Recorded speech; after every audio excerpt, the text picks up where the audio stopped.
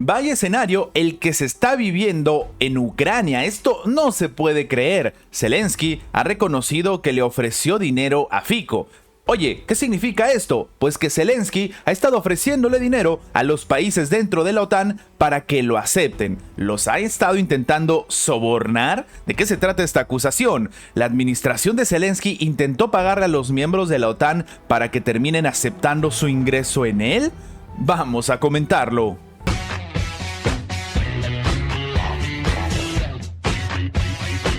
En un hecho que ya no se puede creer, el propio Zelensky ha tenido que reconocer que sí, le ofreció dinero al primer ministro de Eslovaquia, Robert Fico. De acuerdo con sus palabras, la intención de su propuesta era recompensar a Bratislava por la finalización del tránsito de gas ruso hacia territorio eslovaco a través de Ucrania. Sin embargo, lo que está diciendo el ministro eslovaco es diferente. Para el primer ministro eslovaco, el líder del régimen de Kiev le había propuesto dinero de los activos rusos a cambio de que acepte su entrada de Ucrania en la OTAN. Entonces aquí, ¿quién está realmente mintiendo? Lo que ha terminado publicando Zelensky en sus redes sociales es que le ofrecieron soluciones sobre posibles compensaciones para los eslovacos, específicamente para ellos, por las pérdidas derivadas del tránsito ruso, así como alternativas para transitar cualquier otro gas no ruso a petición de la Comisión Europea. Claro, en realidad esto es bastante diferente, ¿no?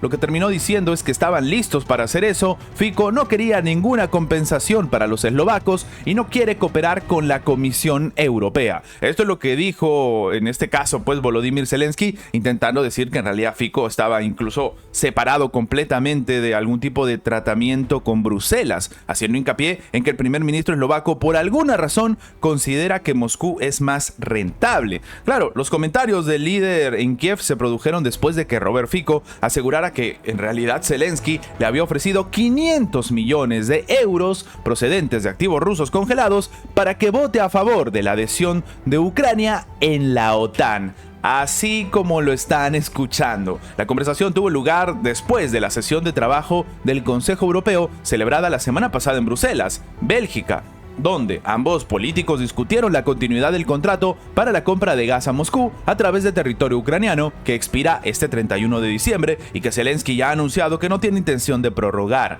Fico afirmó que tras explicarle a Zelensky que Eslovaquia podría perder unos 500 millones de euros al año en tasas de tránsito de gas si no se renovaba el contrato, el líder ucraniano le preguntó: oye, entonces, si votaras a favor de la entrada de Ucrania en la OTAN a cambio de 500 millones de euros de activos rusos? Por supuesto, le dije que nunca, sentenció el jefe del gobierno eslavo. Luego, declaró a la prensa que las propuestas de Zelensky le habían hecho a puertas cerradas eran absurdas y acusó a Ucrania de tomarse la libertad de perjudicar la economía de un miembro de la Unión Europea. Algo que de nuevo, simplemente no se puede creer. Pero sí, Zelensky entonces intentó comprar voluntades para poder ingresar a la Alianza Atlántica.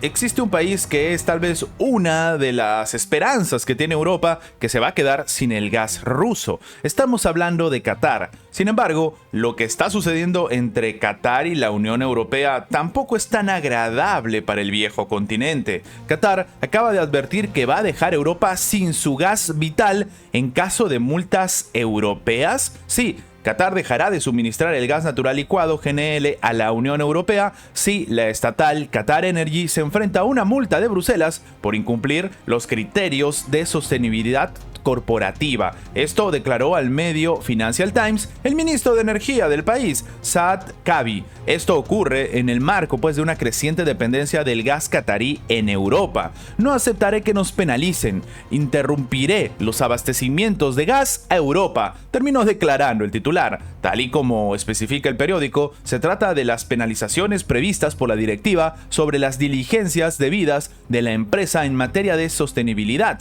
que obliga a los los países de la Unión Europea a imponer multas a aquellas que no cumplan los requisitos de sostenibilidad corporativa, incluidos los emisores de carbono, así como los derechos humanos y laborales. El límite máximo de la sanción es de al menos el 5% de todos los ingresos anuales globales de la compañía.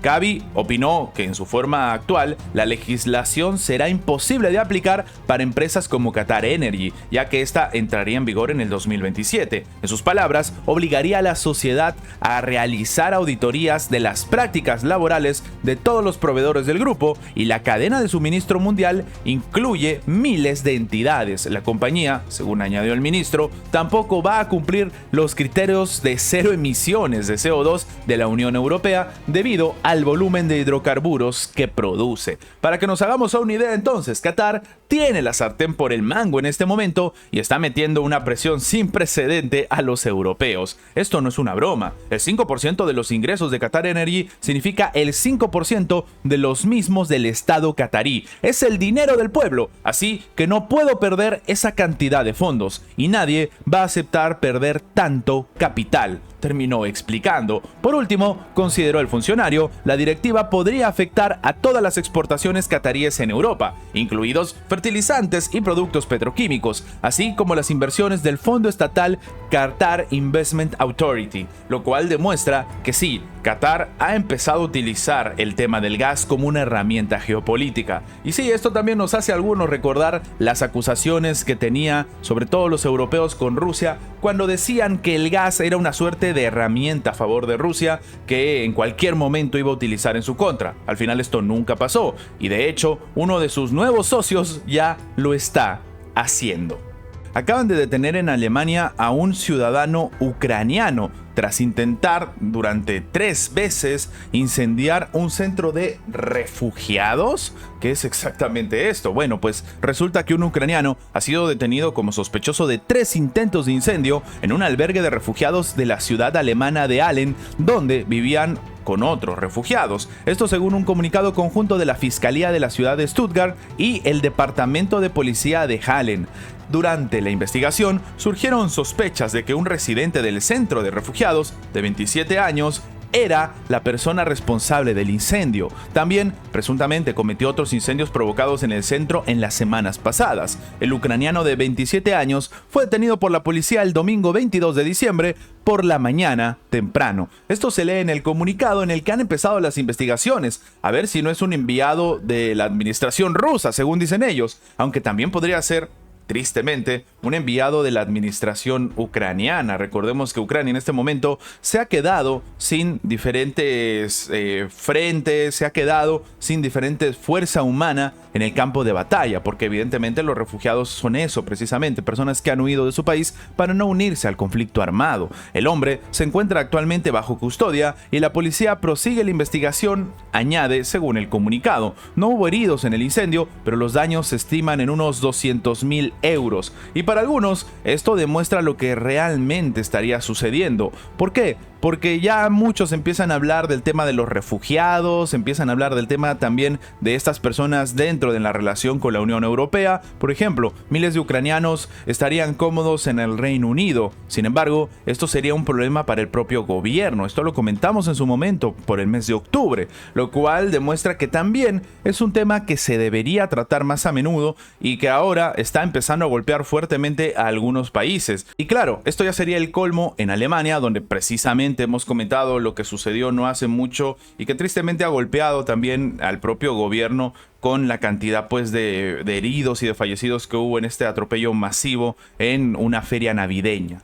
Entonces, tomando en cuenta todo este escenario, muchos han empezado a ver realmente que existe un problema más allá de la guerra que se vive en Ucrania. Y sí, empieza a recaer sobre los países. Y no estamos hablando del envío de armamento, sino de la infraestructura para recibir una cantidad masiva de refugiados que muchos países han decidido ejecutar en favor, evidentemente, de Ucrania. Aunque para algunos en realidad no les ha hecho un favor, porque han recibido personas que tranquilamente podrían estar en el campo de batalla.